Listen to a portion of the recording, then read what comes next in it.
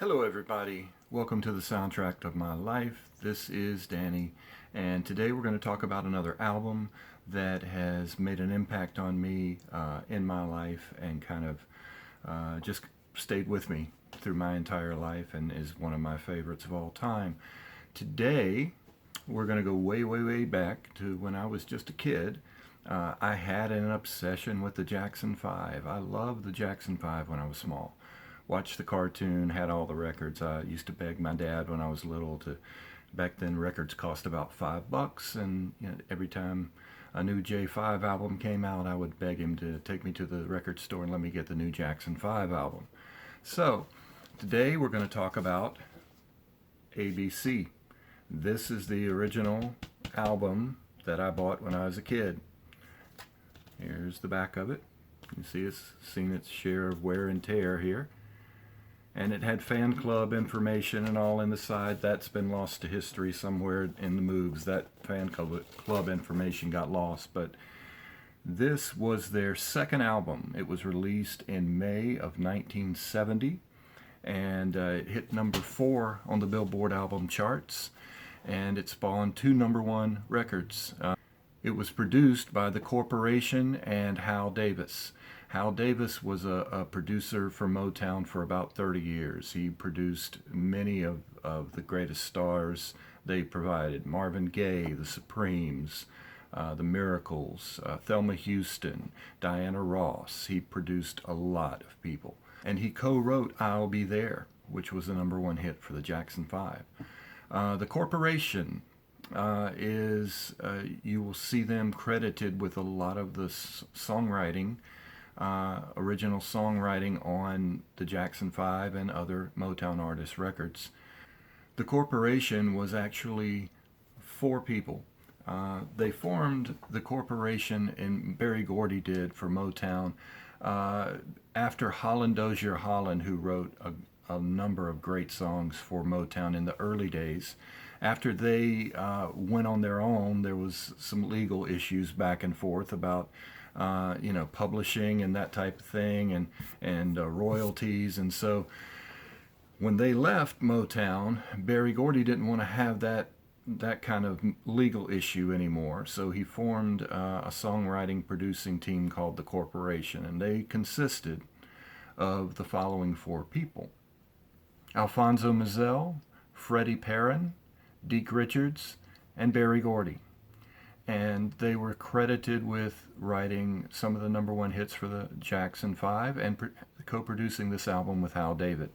And this was what Berry Gordy wanted to avoid, was what he called backroom superstars. He didn't want the songwriters taking all the spotlight from the artists themselves, which is what he felt Holland Dozier Holland did. So those were the producers on the album. There are a lot of covers on this record. So going through side 1, we have The Love You Save. That was a #1 hit. I think it was their 3rd #1 hit in a row.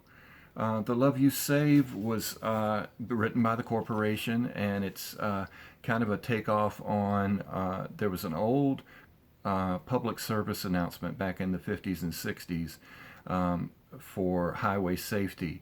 And it was basically, slow down, drive carefully, the life you save may be your own. And so they kind of played the words out, and Stop, the Love You Save May Be Your Own was written by the Corporation and became a #1 hit for the Jacksons.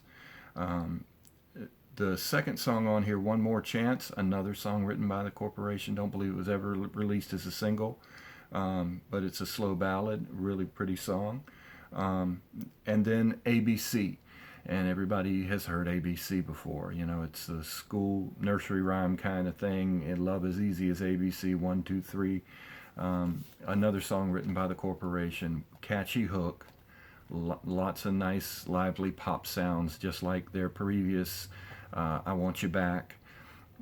It's just feel-good music. And ABC hit #1, actually knocked the Beatles' Let It Be out of the #1 spot.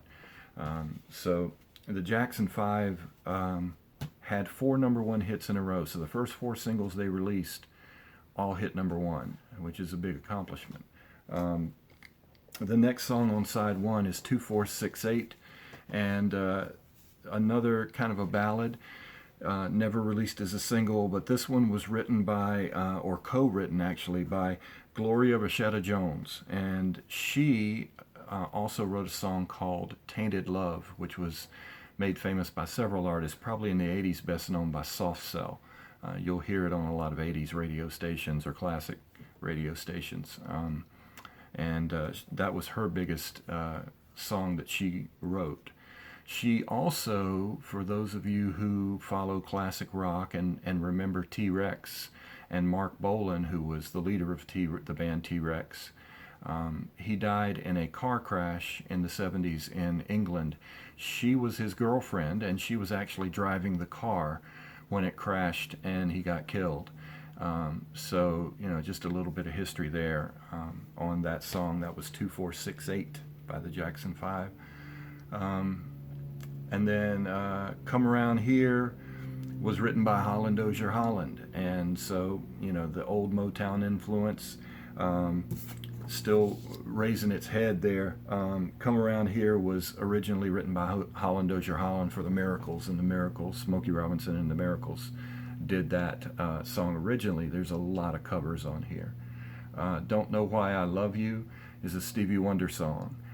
Stevie did it on, I can't remember which album he had, maybe, I don't remember off the top of my head which album it was on, but it was back then he was Little Stevie Wonder. So it was a Stevie Wonder cut.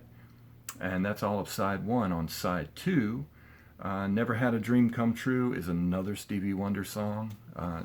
Stevie did it first, but they're covering a lot of classic Motown artists on this thing, and why not?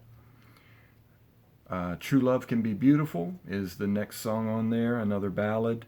None of these were released as singles, so a lot of these you may not have heard. I can almost bet you, though, that if you're a fan of old soul, you've heard La La La La La Means I Love You by the Delphonics, and there's a cover of that on here. I'll Bet You is the next song on side two, and that's an old Funkadelic, Parliament Funkadelic cover, written by George Clinton. So that's a little different to hear the Jacksons do that. I Found That Girl, another Corporation song, and that featured Jermaine on vocal. And then The Young Folks closes out the album, and that was written by Hal Gordy, and that was an old Supreme song back in the day. So there's a lot of covers, a lot of old Motown sound to this. Back in the day, you could hardly beat the Jackson 5 just for the way they would do stuff. I mean, they had the energy, they had the dance moves, Michael had the voice, Jermaine had a great voice. It was just the whole production, the whole package. And for a kid my age back then in the late 60s, early 70s, it was just, right up the alley of a kid that wanted to get turned on to pop music. So anyway, that's ABC by the Jackson 5, released in May of 1970, their second album.